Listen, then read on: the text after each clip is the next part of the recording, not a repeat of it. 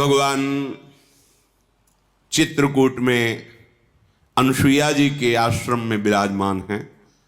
अत्रि मुनि ने बड़ा सुंदर विनय करके प्रार्थना की कि प्रभु हमने अपनी तपस्या और साधना का आज फल प्राप्त कर लिया, भर नेत्र आपके दर्शन किए। फिर अनुसुईया जी के चरणों में सियाजू ने प्रणाम किया। सियाजू को निमित्त बनाकर अनुसुईया जी कि जगत में वही स्त्री परम धन्य है जो पातिव्रत धर्म को धारण करती है, जैसे जगत में वही पुरुष धन्य है जो वैराग्य युक्त अंदर से राग रहित होकर कहीं भी हो, चाहे ग्रस्त में हो या विरक्त में हो, भगवान का स्मरण करते हुए भगवत समर्पित जीवन है। ऐसे लिए स्त्री के लिए एक सुदृढ़ भगवत प्राप्ति का मार्ग है जो घर परिवार में रह रही अपने पति में भगवान की भावना करना। मेरे पति ही मेरे भगवान हैं, ऐसी भावना से आठों पहर उनकी आज्ञा में रहना। जैसे कोई प्रश्न कर सकता है कि अगर पति ही दुराचारी हो तो शास्त्रों में वर्णन किया गया है कि आप अपने भाव रखिए और फिर विधान जैसा होगा अपने आप दूरी बना दे, क्योंकि आप और आपके पति के बीच में भगवान का भाव है ना, वो संभाल लेंगे, वो आपको बचा लेंगे, वो आपको दूर कर देंगे। ऐसा भी हो सकता है। अलग अलग मायाकृत रूप हैं और आंतरिक भाव में जाएंगे जब विचार पे, तो आपके ही कर्म का फल भुगताने के लिए ऐसा स्वभाव वाला पति दिया गया है, ऐसी भावना।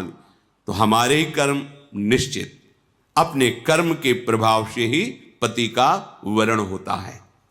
अनुसुईया जी ने कहा, पत्नी का एक ही धर्म एक व्रत नेमा, काय वचन मन पति पद प्रेमा।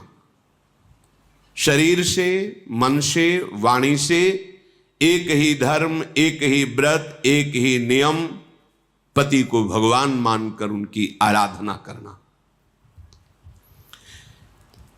इसमें रुक कर हम वार्ता करते, जैसे शास्त्र सिद्धांतों का जब कभी वर्णन होता है तो आप लोग समझ नहीं पाते हैं और कहीं की बात को कहीं जोड़कर असंतुष्ट हो जाते हैं। इसलिए विवेकवान सत्संगी हो जाता है, अपने को बात समझनी। जिससे एक बार महाभारत चरित्र जब वर्णन कर रहे थे पीछे, तो उसमें आया था कि वो ऋषि का नाम नहीं याद आ रहा, ब्रह्मलोक गए थे तो उनको वापस किया गया था कि आपने संतान उत्पन्न नहीं किया, विरक्त वेश नहीं लिया, लेकिन तप करते रहे तो तप के प्रभाव से ब्रह्मलोक आए, लेकिन आपको दरवाजा नहीं खुलेगा, आप जाओ और संतान उत्पन्न। तो उन्होंने वो एक पक्षी से संतान उत्पन्न की थी, जिसकी रक्षा के लिए खांडोवन में उन्होंने अग्निदेव से प्रार्थना की थी। इस प्रसंग को सुनकर किसी गृहस्थ ने कल प्रश्न किया था कि हमारी पत्नी बहुत परेशान है क्योंकि संतान नहीं हुई। तो लोक धर्म और कुल धर्म, वेद धर्म और भागवत धर्म और प्रेम धर्म, कहां की बात पकड़ी तुमने? लोक धर्म की। हो कौन? प्रेम धर्म के उपासक, जो भगवत धर्मों जीत के निज प्रेमा ठहरंत, राधा वल्लभ लाल की विमल ध्वजा फहरंत, भगवत धर्मों जीत के निज प्रेमा ठहरंत, निज प्रेमा ठहरंत नेम कछु परसत नाही, अलक लड़े दौला। जहां हमारे श्यामा श्याम उनके चरणों की उपासना, तो आपने लोक धर्म की बात को अर्जुन जी से भगवान ने अपने हृदय की गुप्त बात कही थी। कहा भी था, सर्वगुह्यतम बात है। क्या बात? सर्वधर्मान परित्यज्य मामेकम शरणम ब्रज, अहम त्वाम सर्व पापेभ्यो मोक्षयिष्यामि मा शुचा। यहां पाप शब्द को उच्चारण क्यों किया भगवान ने, जानते हो? यह हमारे लोगों की बुद्धि का परिणाम। तुम सब धर्मों का त्याग करके केवल मेरी शरण हो जाओ। तो बोले महाराज पाप लगेगा, आपने ही तो धर्मों को उपदेश किया है। तो बोले वो मैं देखूंगा। अहम माने मैं, त्वाम माने तुम्हारे सारे पापों को नष्ट करके तुम्हें परम पद मैं प्रदान करूंगा। भागवत में एकादश स्कंद में लिखा है, जो भगवान श्री कृष्ण की भक्ति से युक्त हैं उनको देव ऋण, मातृ ऋण, पितृ ऋण, कोई भी उनके ऊपर ऋण नहीं रहता, वो ऋणों से मुक्त हो जाए। ये बात नहीं सुनने को मिली। अरे बहुत बढ़िया अवसर मिला है, प्रभु को अपना मान करके उनको रिझा लो। अगर आप प्रभु के चरणारविंद का आश्रय लिए हुए हैं, आप प्रभु के चरणारविंद का आश्रय लिए हुए हैं, तो श्री कृष्ण से बढ़कर कोई पति नहीं है, ये परम पति हैं। मीरा जी से जब राणा का शरीर पूरा हुआ तो कहा गया सुहाग मिटाओ, बेंदा हटाओ, ये कंकण उतारो, चूड़ला उतारो। तो उन्होंने कहा नहीं नहीं, तुमने जिसे पति माना था वो मैंने माना ही नहीं। मेरे तो गिरधर गोपाल दूसरो न कोई, जाके सिर मोर मुकुट मेरो पति सोई। हमारा चूड़ला अमर, हमारा सुहाग अमर है। अगर आप वैष्णव हैं, भगवत अनुरागी हैं, प्रियालाल की शरण में हैं, लौकिक सिद्धांतों की जहां चर्चा हो रही हो वहां प्रणाम करके सुनना है, पर यह ध्यान रखना है कि हमें जाना कहां है। इस समय 12 बजे हैं, ये ट्रेन हावड़ा स्टेशन से यहां आई है, छूट करके लखनऊ जा रही। सुन के तो उसमें चढ़ जाओगे क्या? तुम्हें पता नहीं तुम कहां किस स्टेशन में जाना है, कौन सी ट्रेन में बैठ, बोले वो आवाज दी ना उस ट्रेन में बैठ गए, तो पागल माने जाओगे कि नहीं माने जाओगे? भैया ये स्टेशन है जहां बैठे हो, सत्संग स्टेशन। कहां जाना है? हर ट्रेन यहां से गुजरेगी, हर ट्रेन। सनातन धर्म, लोक धर्म, वेद धर्म, कुल धर्म, पातिव्रत धर्म, हर धर्म। तुम हो किस धर्म की यात्री? बोले प्रेम धर के। बैठ जाओगे, पैसेंजर जा रही हावड़ा, फिर क्या करोगे? है? अरे इतना तो ज्ञान रखो, तुम्हारी टिकट कहां की है? तुम्हें निकुंज जाना है, तुम हो यात्री कहां के? हाई क्लास वातानुकूलित कक्ष के, जनसाधारण में घुस के मत बैठ जाना। कहां की है समझो। ये स्टेशन है सत्संग, जो जहां का है सबके लिए है। सब पकड़ के देखो, आपको परम कल्याण तक ले जाएगा। राम कृष्ण हरि शिव उपासक, गृहस्थ विरक्त, स्त्री पुरुष, बाल बच्चा, वृद्ध, नौकरी पेशा, कुछ भी कोई भी, सबका परम मंगल करने में समर्थ है सत्संग। लेकिन आप ये ध्यान रखना है, हम कहां के यात्री हैं, हमें जाना कहां है, हमारा मार्ग क्या है। इसलिए कहते हैं साधक के चित्त का समाधान हो जाना चाहिए बहुत सावधानी से। जहां लोक धर्म की, वेद धर्म की, कुल धर्म की, अन्य धर्मों की चर्चा है, महामहिम है, सुन रहे हैं, लेकिन अब वो स्टेशन में बैठे नहीं सुनाई देता।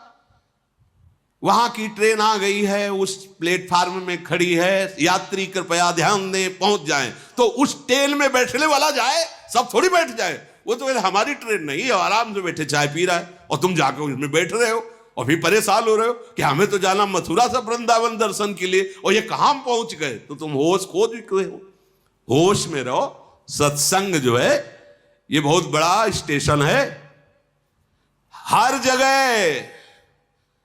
जगह भेज देगा। ये हर जगह भेजने में समर्थ है, हर जगह। यहां से हर ट्रेन गुजरेगी। आपके यात्री कहां के बनना चाहते हो, टिकट कहां के लिए, बस ये ध्यान रखना। इस बात पर ध्यान दे के सत्संग सुनो। सत्संग अमोघ वर्षा हो रही है। जैसे स्वाति का बूंद चातक के लिए जीवन होता है, केले पे पड़ जाता है कपूर बन जाता है, और मोती सीप में पहुंचते ही वो मोती बन जाता है, और सांप के मुख में पहुंचते विशाल जहर बन जाता है। वही बूंद अधिकारानुसार जहां जहां पहुंचा, वही स्वाति का बूंद अपना रूप धारण कर। इस सत्संग के मोती हैं, बिखरे मोती समेट करके तुम्हारे सामने फेंके जाते हैं।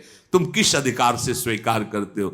सावधान होते हुए तुम जिस मार्ग के पथी को अपनी बात को समझना है, बकाया तो सत्संग है, सर्व मंगल करने वाला है, हमें सुनना है, पर हमें गहना वही है। देखो महापुरुषन ने सब रस गायो, देखनो ये है कि उनको हियो कहां ठहरानो, जहां हियो ठहरानो तहां गहनो। हमें पकड़ना है, हम किस मार्ग के पथिक हैं, हमारा मार्ग क्या है। उत्तम जो पतिव्रता होती है उसमें अपने लोग भी सम्मिलित हैं। हरिवंश पतिव्रत है जिनके, सुख संपत्ति दंपति जो जिनके, जैसे एक पतिव्रता अपने पति के सिवा जगत में कोई पुरुष ऐसा काम भाव से देखती नहीं, जानती ही नहीं। पुरुष शब्द केवल अपने पति के लिए, पूरी सृष्टि में उसके हृदय में है ही नहीं भाव कि कोई पुरुष है, ऐसा भाव ही नहीं। जैसे उत्तम महाभागवत के हृदय में अपने आराध्य देव के सिवा और कोई है, ऐसा भाव ही नहीं होता। केवल अपने चिद चिद लक्षणम सर्वम राधा कृष्णमयम जगत, जित देखूं तित श्याममयी है। ये उत्तम पतिव्रता का लक्षण, अपने केवल पति में ही प्रेम। द्वितीय, मध्यम परपति देखे ही कैसे, जो मध्यम कोट उसको दिखाई देता है, पर भ्राता पिता पुत्र निज जैसे, अपने बराबर है तो भाई जैसा भाव, अपने से बुजुर्ग है तो पिता जैसा भाव, छोटा है तो पुत्र जैसा भाव, पति भाव केवल अपने प्रीतम में। तीसरी कोटि की पतिव्रता, मेरा धर्म है कि मैं संयम से रहूं, मेरी कुल परंपरा में कभी दाग न लगे, उसे तीसरी कोटि की परंपरा की पतिव्रता कहते हैं, जो ऐसा विचार कर धर्म पूर्वक जीवन निर्वाह करती है।